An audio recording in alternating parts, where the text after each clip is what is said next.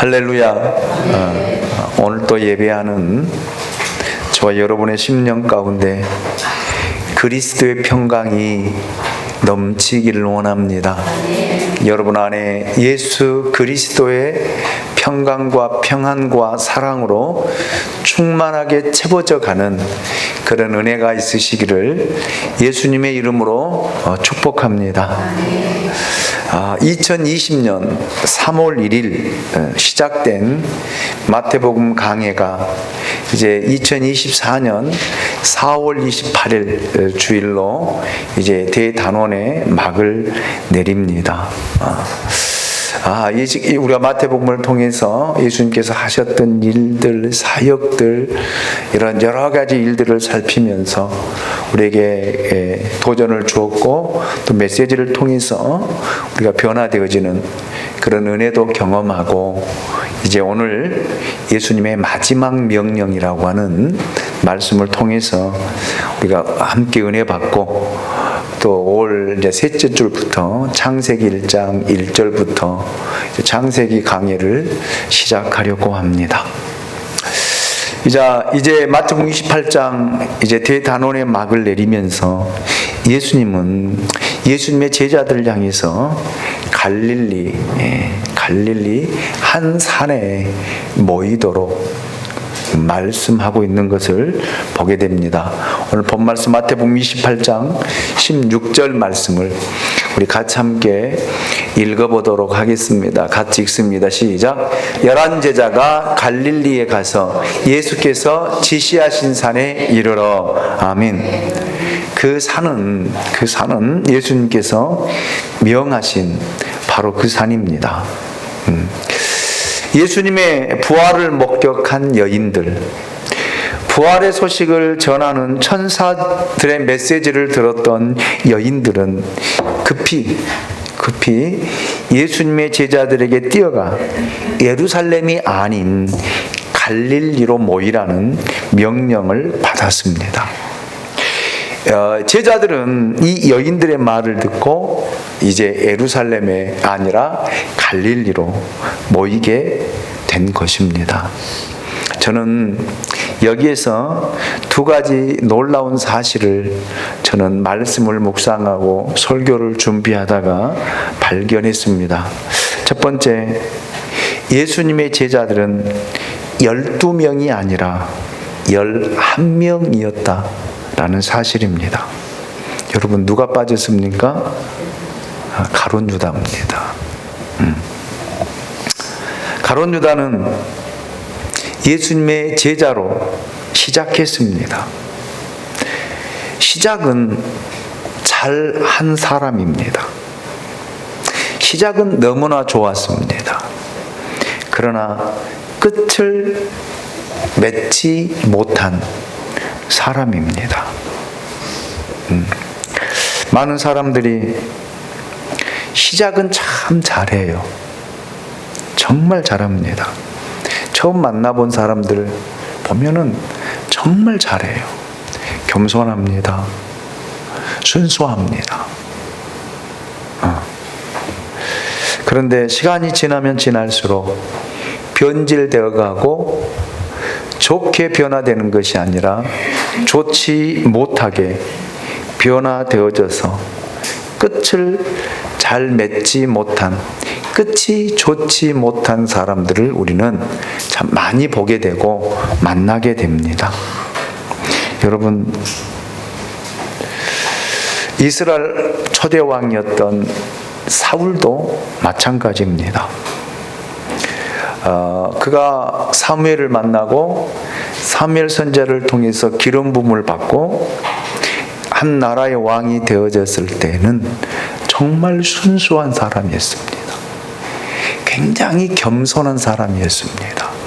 사람들, 대중들 앞에 잘 나타나지도 못하고 자신을 드러내지도 못했던 정말 겸손한 사람이었습니다. 그런데 여러분, 그는 왕이라고 하는 그 위치에 오르면서 점점 변질되어 가는 모습을 우리는 성경을 통해서 보게 됩니다. 교만해졌습니다. 자기 주장이 강해졌습니다. 자기 중심적이었습니다. 그래서 하나님께서 사울을 왕 세운 것을 하나님이 후회하셨습니다. 그리고 하나님께 버림받았습니다. 정말 끝이 좋지 못하는, 끝을 잘 맺지 못한 사람의 대표적인 사람이다 라고 할 수 있습니다. 아마 가룟 유다도 그랬을 것입니다. 예수님을 만나고 예수님이 부르실 때 그는 그의 모든 것을 다 버리고 예수님을 따르기로 결정하고 3년 동안 따라다녔습니다. 그런데 이 가룟 유다가 사탄의 유혹에 빠져 예수님을 배신하여 은 30에 팔게 되었고 그 결과 끝이 좋지 못했습니다. 목매어 자살함으로 자기 인생을 마무리하는 그 모습을 보게 됩니다. 왜 그렇게 되었을까요? 그 이유가 뭘까요? 첫째 이유는 교만입니다. 교만이에요. 그는 3년 동안 예수님을 따라다녔지만 예수님의 말씀에 귀를 기울이지 않았습니다. 예수님의 말씀을 듣지 않았습니다. 그래서 순종할 수가 없었던 것입니다. 예수님의 말씀에 동의할 수가 없었던 것입니다. 그래서 자기 마음대로 산 거예요. 자기 하고 싶은 대로 한 것입니다. 이것이 교만입니다. 이게 교만이에요. 본래 사탄은 교만한 자입니다. 모든 교만한 자의 마음 속에는 이런 사탄의 유혹과 미혹에 빠져서 여러분 자기 살고 싶은 대로 사는 거예요. 그래서 우리가 이 시간을 통해서 잘 우리가 살펴보아야 됩니다. 여러분의 하루하루의 삶이 어떤 삶인지. 우리는 예수 그리스도를 주라고 고백합니다. 주라고 고백하는 이유가 뭐예요? 왜 주라고 고백합니까? 그 의미가 뭡니까? 예수님은 내 삶의 주인이라고 하는 고백입니다. 당신이 내 인생의, 내 삶의 주인이라고 고백하고 우리는 그렇게 입술로 말을 합니다. 그런데 여러분 인생의 여러분 삶의 주인이 진짜 예수님이냐라는 거예요.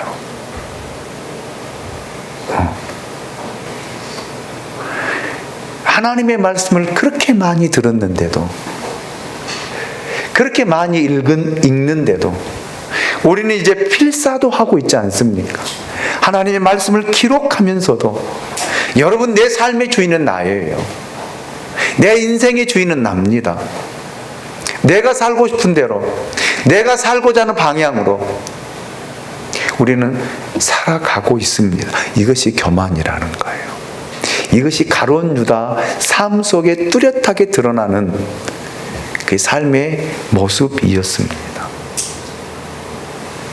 둘째 이유는 자기 주장이 강한 사람이었습니다.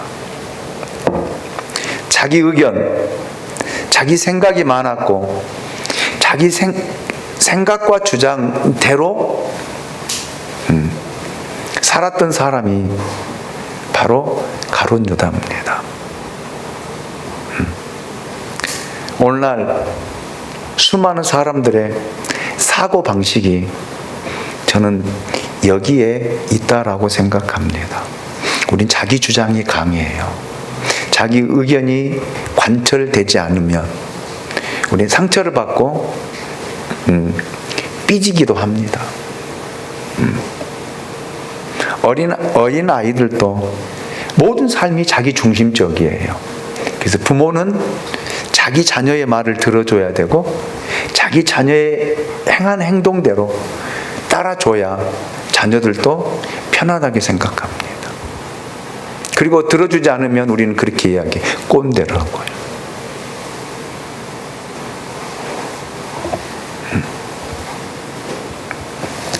가룟 유다도 여러분 예수님께서 그에게 말씀하고 그에게 가르치고 그에게 많은 이적과 기적을 표적을 보여주는데도 거기에는 관심이 없었습니다. 그래서 듣지 않았어요.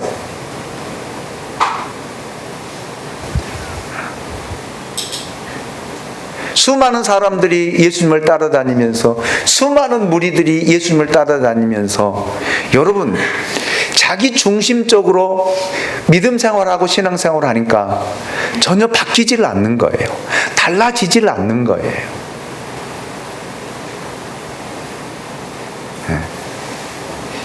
이것이 가룟 유다의 모습이었다. 그래서 예수님을 결국 팔게 되었고 배신하게 되었고 결국 그 인생은 비참하게 끝이 났다라고 하는 사실을 우리에게 이야기하고 있습니다. 셋째 이유는 욕심이 많았습니다. 말은 정의롭게 합리적으로 합니다. 네. 막달라 마리아가 예수님께 향유 옥합을 깨뜨려 부을 때도 가룟 유다의 주장은 굉장히 합리적이었습니다. 그렇잖아요.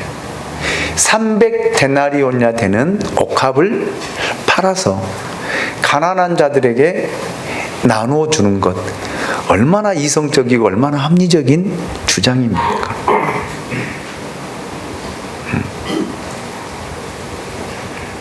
그러나 그 동기, 그 마음속 깊은 곳에는 욕심과 욕망이 있었습니다. 그래서 성경은 그를 도적이라 이렇게 표기하기도 했습니다. 돈괴에 관심이 매우 많았다라는 말입니다.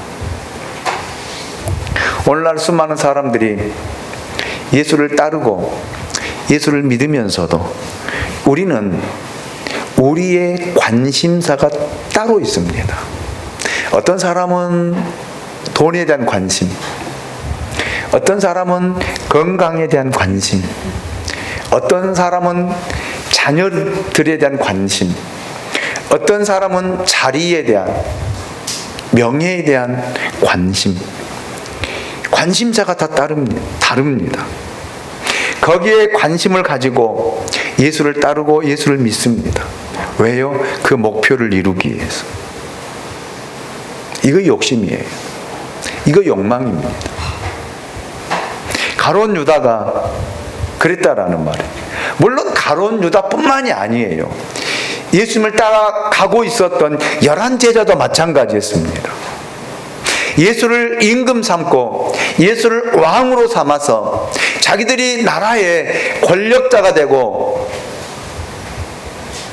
예수님의 우편과 좌편에 앉기 위해서 그들은 거기에 관심을 가지고 예수님을 따라다녔던 거예요. 예수님이 하신 말씀에는 관심이 없습니다. 예수님이 행하신 기적에는 관심이 없습니다. 물론 예수님이 행하신 기적을 보고 그들은 감격하고 충격을 받고 그들 입으로도 주라고 고백하기도 했지만 여러분 자기들의 관심에는 그런 것들이 없었던 거예요. 오늘 교회를 다니는 사람들의 생각도 마찬가지입니다. 하나님의 말씀에는 관심이 없어요. 하나님의 말씀에는 귀를 기울이지 않습니다. 오직 내가 추구하는, 내가 생각하는 그 관심에만 집중이 되어 있습니다. 그래서 변화가 일어나지 않는 거예요. 그래서 바뀌지가 않는 거예요. 살아계신 하나님을 만나고 생명의 말씀을 듣는다라면 여러분 우리는 변화될 수밖에 없습니다. 바뀔 수밖에 없습니다. 정말로 예수 그리스도가 정말로 하나님이시고 그분이 만물의 주인이시며 내 생명의 주라고 한다라면 우리가 그렇게 인정하고 그렇게 믿고 따라간다라면 여러분 우리는 변화될 수밖에 없어요. 왜요? 그렇게 살아서는 안 되거든요. 성경은 우리에게 분명히 가르쳐주고 있지 않습니까? 나더러 주여 주여 하는 자마다 아버지께로 올 것이 아니라고요. 하나님 나라에 들어간다라고 말씀하지 않았습니다. 우리는 이 말씀에 귀를 기울이지 않아요. 아버지 뜻대로 행하는 자라야 들어간다라고 우리에게 말씀하고 가르치는데도 우리는 이런 말씀에는 귀를 기울이지 않냐고, 다른 데 관심 있고 다른 데 생각이 있고 다른 데 우리의 방향이 있기 때문에 예수님의 방향과 우리의 방향은 달라요. 하나님의 생각과 우리의 생각은 너무나 다르다라는 거예요. 동상이몽이라 이렇게 이야기합니다.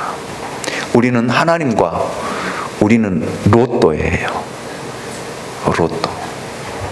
안 맞아도 너무 안 맞아. 왜요? 추구하는 방향이 다르기 때문에요. 관심사가 다르기 때문에 그럴 수밖에 없는 거예요.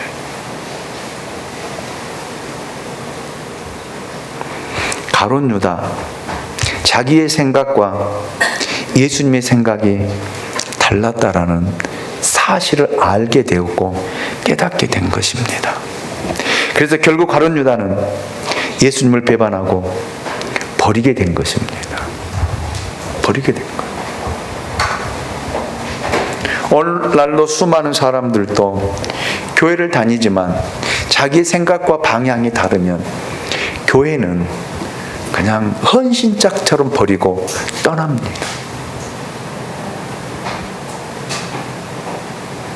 왜요? 자기 생각과 자기 방향과 자기 사고가 맞는 교회를 찾아가는 거예요.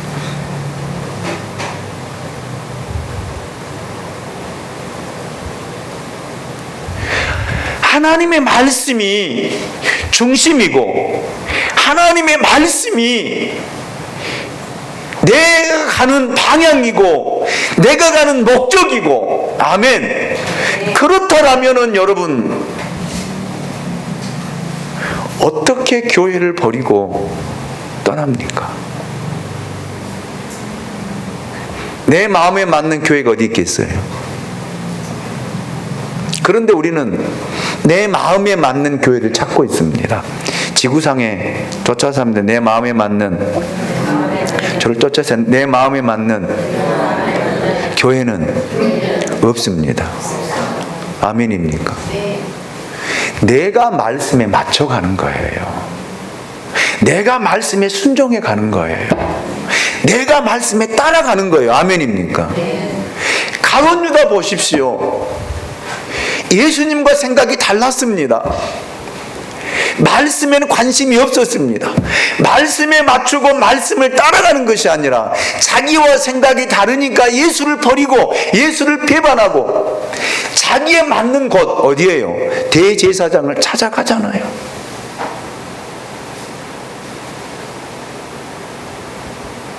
그래서 예수를 버리고 예수를 판 거예요. 저는 여러분에게 부탁을 드립니다. 여러분 생각에 맞는 교회 찾지 마시고 말씀에 순종하는 여러분이 되시길 원합니다. 말씀을 따라가는 여러분이 되시길 원합니다. 아멘입니까? 교회를 옮기는 이유가 말씀이 맞지 않아서, 말씀이 벗어나서, 진리가 아니어서, 이단이어서 교회를 옮기겠습니다. 당연한 거예요. 맞습니다. 그래야 돼요. 그런데 여러분, 하나님의 말씀이 선포되는데 거기에 내 생각과 내 방향이 다르다라고 말씀을 저버리고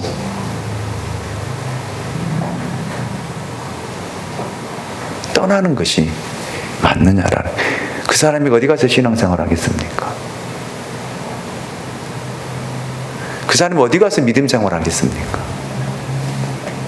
사람이 모이는 것은요, 서로 의견이 안 맞을 수 있고요, 생각이 안 맞을 수 있어요.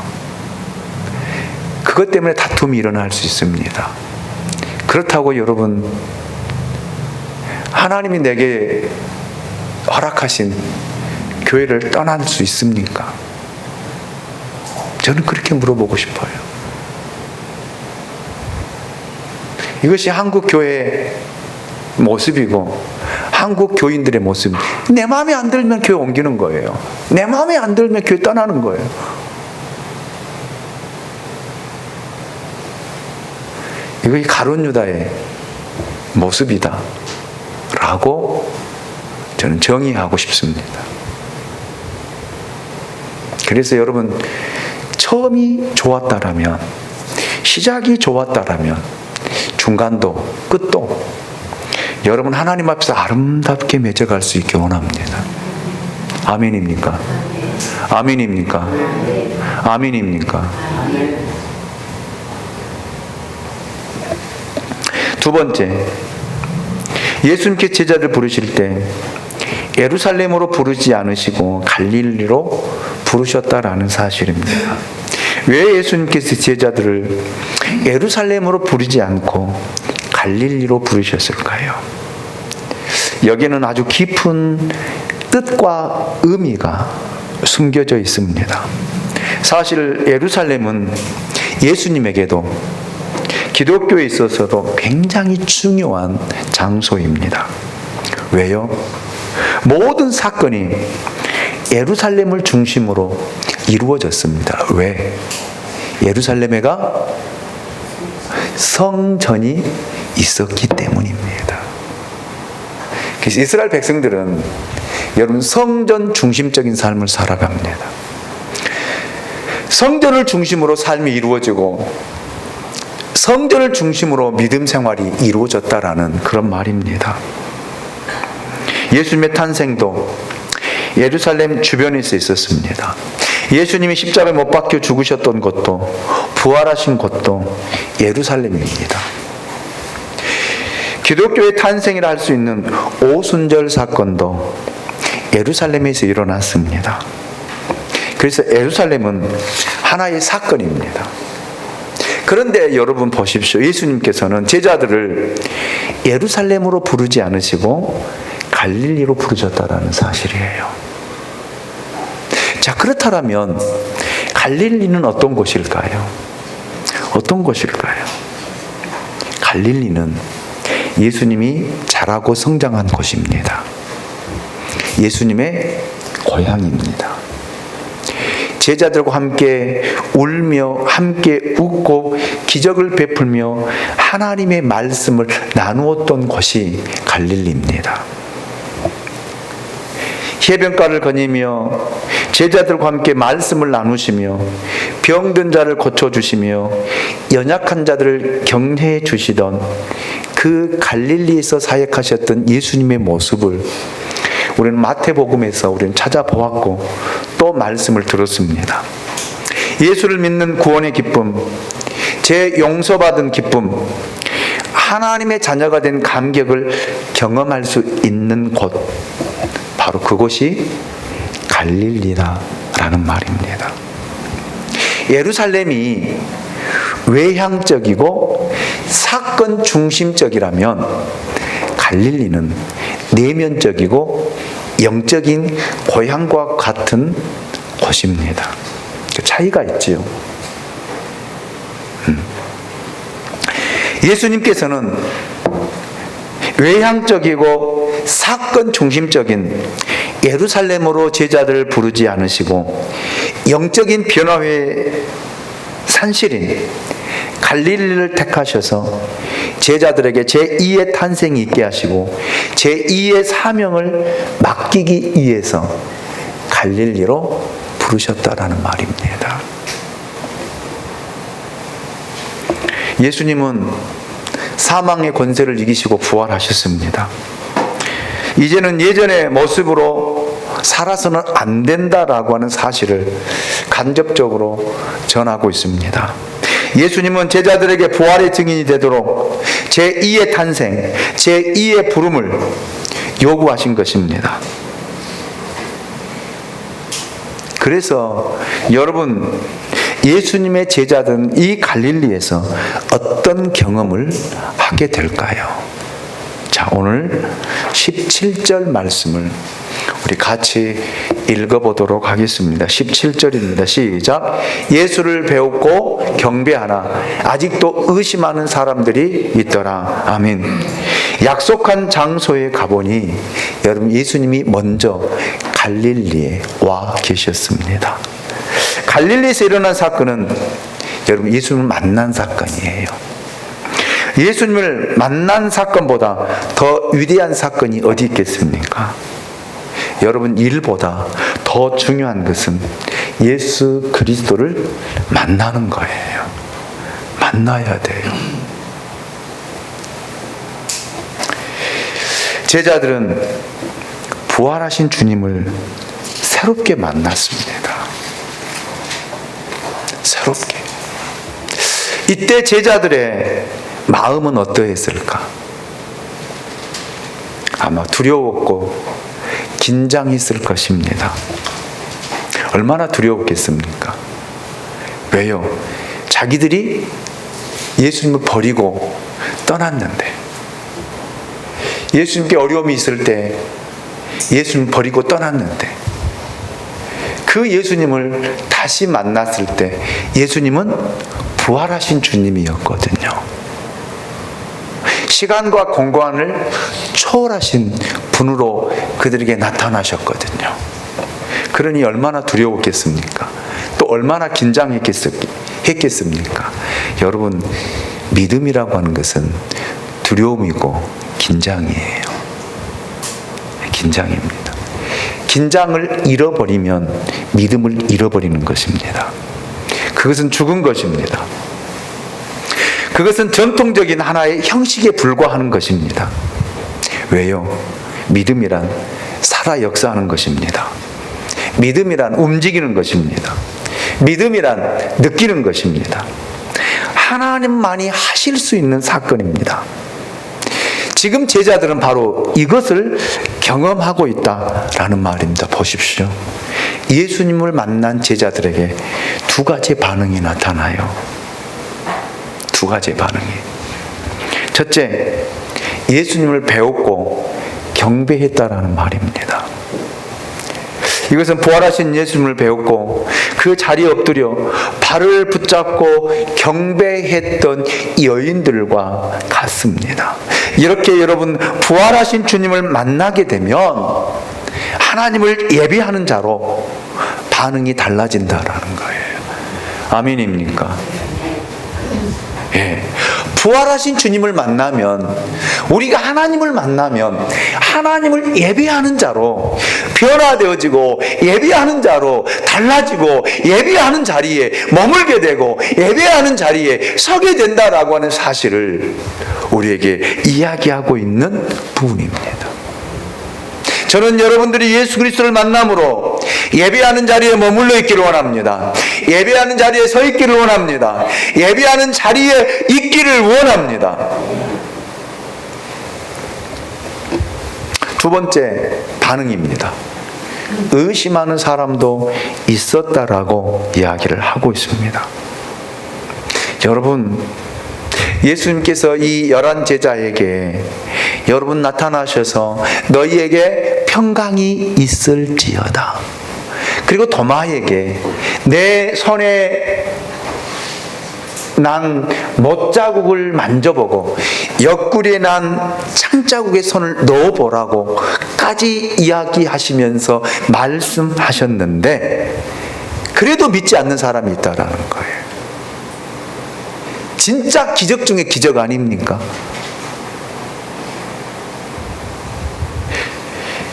여러분, 부활을 목격하면서도 믿지 않는 사람이, 믿지 않는 제자가 있었다라는 말입니다. 모이라고 하니까 모였어요.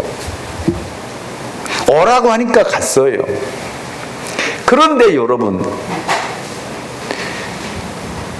부활의 주님을 믿지 못한 사람이 있었다라는 거예요. 사람들이 하나님을 믿지 않고 믿음을 갖지 못하는 이유가 무엇일까요? 사실을 확인하지 못했기 때문일까요? 아닙니다. 그들에게 믿지 않으려는 의지가 있기 때문입니다. 거부하려는 의지가 있기 때문입니다. 그래서 사람들에게는 아무리 진리를 가르쳐 주어도 믿어지지가 않아요. 믿지 않습니다. 거부합니다. 자기 생각이, 자기의 주장이 강하기 때문에 받아들이지 않고 바뀌지 않는 거예요. 오늘 말씀을 듣고 은혜 받았다라고 해도 내일 돌아서면 똑같은 내 모습, 똑같은 내 생각, 똑같은 내 삶의 모습으로 다시 돌아가 있는, 그것이 바로 오늘 본문 속에 등장하고 있는 제자들의 모습입니다. 아무리 말씀을 가르치고 아무리 말씀을 전하고 아무리 성경 공부하고 제자 훈련하고 설교를 수십 번, 수백 번, 수천 번 들어도 여러분 믿어지지가 않습니다. 예수님이 부활했다는 사실을 눈앞에 보면서도 믿지 않은 것입니다. 이거의 불신앙입니다. 우리가 교회를 10년, 20년 다녔어도 여러분 믿어지지가 않아요. 그래서 변화가 안 일어나는 것입니다. 그래서 사람은 나이를 먹으면 먹을수록 더 고집만 세지고 자기 중심적이고 자기 주장만 내세우는 그걸 보게 됩니다. 그리고 안 듣더라고요. 우리 권사님들과 함께 모여서 대화하면요, 자기와 맞지 않으면 안 듣더라고요. 와, 안 들어요. 말씀도 보면은요, 자기 생각에 맞지 않으면 아멘 절대 안 해요. 입 딱 다물고 있더라고. 안 해요. 여러분 안 보이는 것 같죠? 아멘 안 합니다. 제가 물어도 아멘이죠 해도 입 안 열어요.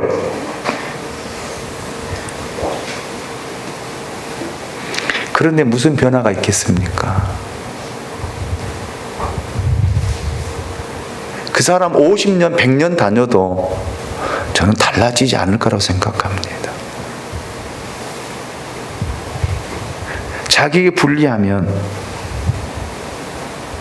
자기에게 손해가 되어지면 안 듣고 안 받아들여요. 희생을 요구하면 안 들어요. 우리들뿐만이 아니라 목회자들도 마찬가지죠.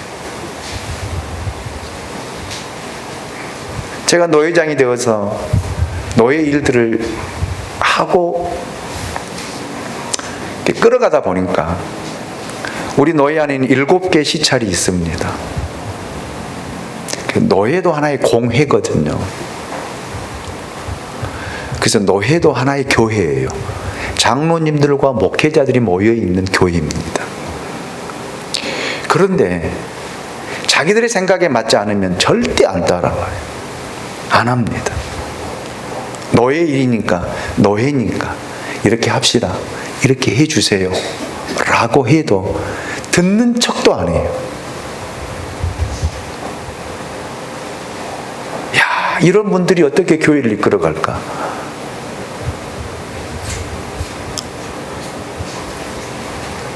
그런 생각을 할 때가 많이 있습니다. 근데 교회 안에서도 보면은요, 안 듣더라고요. 그런데 저는 이보다 더 놀라운 사실 하나를 발견했습니다. 그게 뭐냐면 예수님의 태도입니다.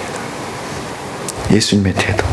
이렇게 믿지 않으려는 의지를 가진 사람, 삐뚤어진 마음을 가진 사람, 진리를 보고도 믿지 않으려는 그 사람들을 예수님이 택하시고 예수님이 부르셨고 부활하시고 다시 갈릴리로 재차 부르셨다라는 사실입니다. 그리고 더 더 놀라운 충격적인 사실은요, 그런 사람들에게 예수님이 지금 마지막 명령을 하고 있다라는 사실이에요.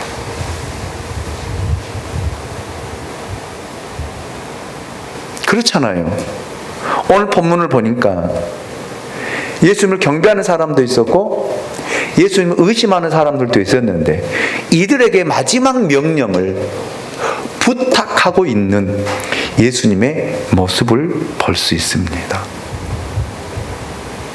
그리고 예수님께서 승천하시면서 제자들에게 마지막으로 부탁하고 있거든요. 너희는 예루살렘을 떠나지 말고 내가 너희에게 분부한 것을 기다리라. 아멘입니까? 그래서 그들은 예루살렘을 떠나지 아니하고 예수님이 말씀하신 약속의 장소에서 그들이 기다렸던 것입니다. 그게 뭐예요? 오순절 사건입니다. 제자들이 이 약속하신 성령을 받고 보혜사를 경험하고 변화되기 시작했습니다. 변하지 않을 것 같았던 제자들, 겁먹고 도망갔던 제자들, 정말로 부활을 목격하고도 의심했던 제자들이 여러분 성령을 받고 나니 할렐루야, 새 사람으로 변화되었습니다. 새 사람으로 변화되었습니다. 위대한 십자가와 부활의 증인이 되었고 예수님을 위한 순교자의 길을 걸어갔고 사랑의 화신으로 변화되었다라는 말입니다.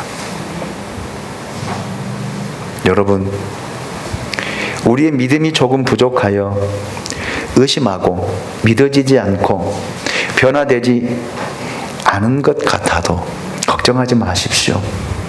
부활하신 주님을 만나고 성령을 체험하게 되면 주님은 우리를 고쳐 쓰실 것입니다.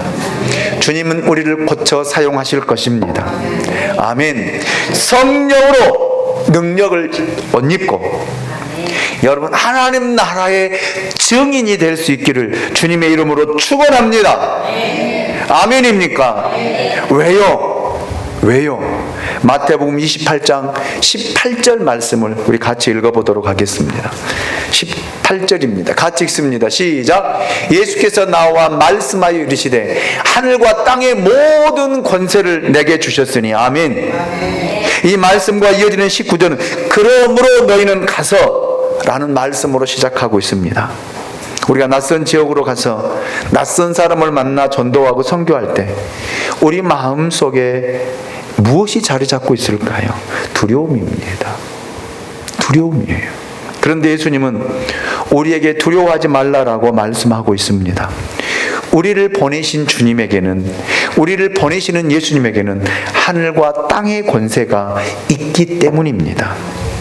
여러분, 예수님이 땅에서 사역하실 때 어떤 권세가 나타났습니까? 예수님은 죽은 나사로를 살리셨습니다. 생명의 권세를 가지신 분이라고 하는 사실을 우리에게 증거해주고 있는 부분입니다. 그리고 또한 모든 각종 병든 자를 고치셨습니다.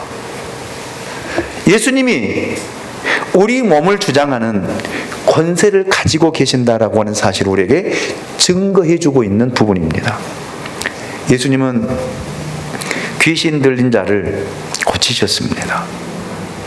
그분은 영을 부리는 권세가 있다라고 하는 사실을 우리에게 보여준 사건입니다. 예수님은 귀신들에게 명하여 돼지떼로 들어가라고 명령했을 때 군대 귀신이 돼지떼로 들어가서 그 돼지떼를 몰살시키셨던 것도 우리는 잘 알고 있습니다. 여러분, 모든 동물들을 주장하는 권세를 가지고 있다라고 하는 것을 우리에게 말씀하시고 있는 부분입니다. 그리고 예수님은요, 예루살렘에 입성해서 무화과 나무를 말씀으로 명하여 저주하기도 했습니다. 즉 식물을 주장하는 권세를 가지고 계신 분이라고 하는 사실을 우리에게 말씀하고 계십니다. 요한복음 3장을 보면요, 물을 포도주로 바꾸는 기적도 행하셨습니다. 화학적 변화를 일으킬 수 있는 능력도 예수님께 있다라고 하는 사실을 우리에게 말씀해 주신 부분입니다. 여러분, 예수님은 시간과 공간을 초월하여 기적을 행하셨습니다. 성난 파도를 명하여 잠잠케 하셨습니다.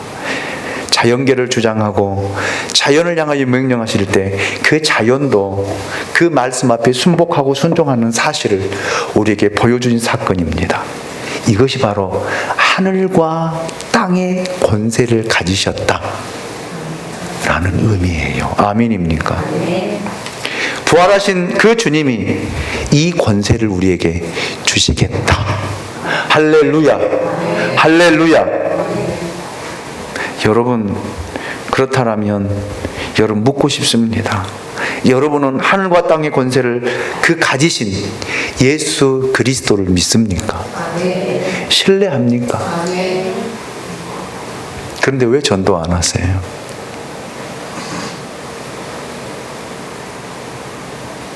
왜 주님을 위해서 여러분 맡기지 못하세요? 믿는다면서요. 신뢰한다면서요. 그런데 왜 맡기지 못하세요?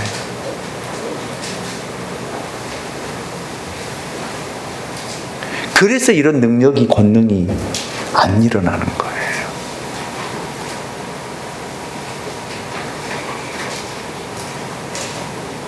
주께서 우리에게 말씀하시기를 누구든지 나를 따라오려거든 자기를 부인하고. 왜 자기를 못 버리나요? 아직도 여러분 주장이, 여러분의 생각이 아직도 강하세요? 그건 교만이라고 그랬습니다. 여러분, 사울이 되시렵니까? 가룟 유다가 되시렵니까? 아니면 예수의 제자들이 되시렵니까? 예수님의 제자들도 가룟 유다와 이스라엘 초대왕 사울과 다를 바가 없었습니다.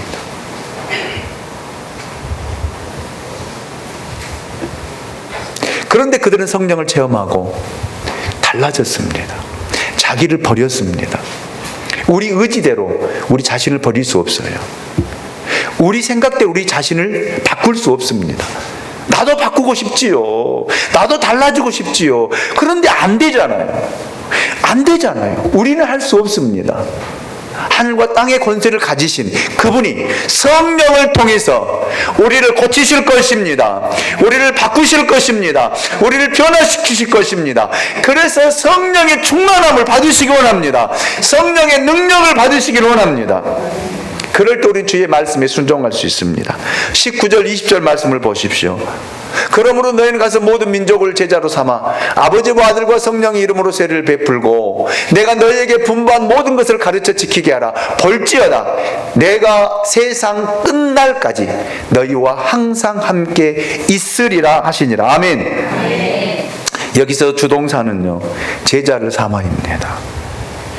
제자를 삼기에 가야 하고요, 제자를 삼기에 세례를 베풀어야 하고요, 제자를 삼기에 말씀을 가르치고 양육하라는 말씀입니다. 자, 그런데 이 명령 앞에 주님이 이 말씀을 우리에게 더해주고 있습니다. 너희는 이 명령을 감당할 수 없다. 내가 인간적으로는 도저히 이행할 수 없는 명령이다. 그러나 걱정하지 마라. 내가 세상 끝날까지 너희와 항상 함께 있으리라. 아멘. 우리는 할 수 없습니다. 그러나 주님이 우리와 함께 하신다면, 아멘. 하늘과 땅의 권세를 가지신 분이 우리와 함께 하시고 그 능력을 우리에게 주신다라면 우리는 능히 이 사명을 감당하게 될 줄로 믿습니다. 능히 이기게 될 줄로 믿습니다. 여러분, 하나님께서 우리 양무리 교회에 이 사명을 주신 거예요. 양무리 교회를 통해서 이 대한민국을, 양무리 교회를 통해서 이 인천시를, 여러분, 이 우리 양무리 교회를 통해서 이 부평구를 변화시키기 원한다라는 말입니다. 그래서 오늘 저와 여러분을 이 갈릴리로 부르신 거예요. 아멘입니까? 이 갈릴리로 부르신 거예요. 그래서 우리에게 하늘과 땅의 권세를 가지신 그분이 우리에게 말씀하십니다. 가라는 거예요. 복음을 들고 가라는 것입니다. 여러분, 지금 지구 도처에 전쟁의 총소리가 여러분 들려오고 있습니다. 두려운 일이죠. 이스라엘과 이란, 이스라엘과 하마스. 여러분, 전쟁이 시작되어지고 전국의 대학생들이, 세계 대학생들이 하마스로 모이더라고요. 왜요? 아무 죄 없는 어린 꼬마 아이들이 하루에 3만 명씩 죽어가더라고요. 처참하게. 임신 7개월 된 임산부가 그 포탄에 죽었어요. 그래서 그 엄마의 배를 열어서 아이를 살려내려고 꺼내서 아이가 살았는데 결국 살지 못하고 3일 만에 죽었더라고요. 이것이 지금 지구상의 현실입니다. 학살과 고문과 기근과 경제의 불안과 도덕적 문화적 타락과 폭력과 마약과 성범죄와 부정부패와 환경 오염과 핵 문제, 수많은 위기 앞에 인류는 직면해 있습니다. 이런 세상을 향해 주님은 가라는 것입니다. 복음을 들고 가라는 것입니다. 열방을 향해 가라는 것입니다. 세상 끝날 때까지 너희와 항상 함께 있겠다는 거예요. 이거 예수님의 마지막 명령입니다. 이 명령을 수행해야 되지 않겠습니까? 그래서 교회를 세운 거 아니겠습니까? 그래서 오늘 저와 여러분을 부르신 거 아니겠습니까?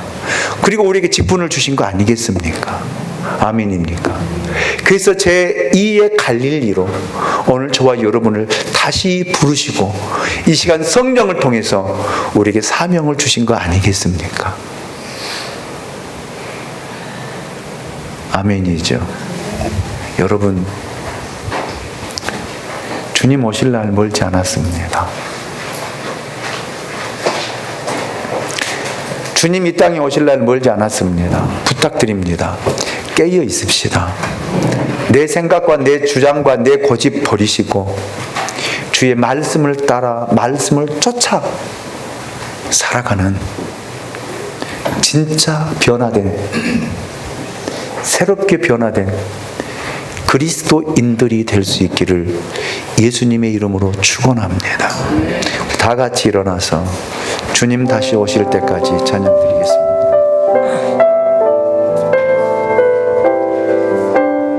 여러분, 고집 버리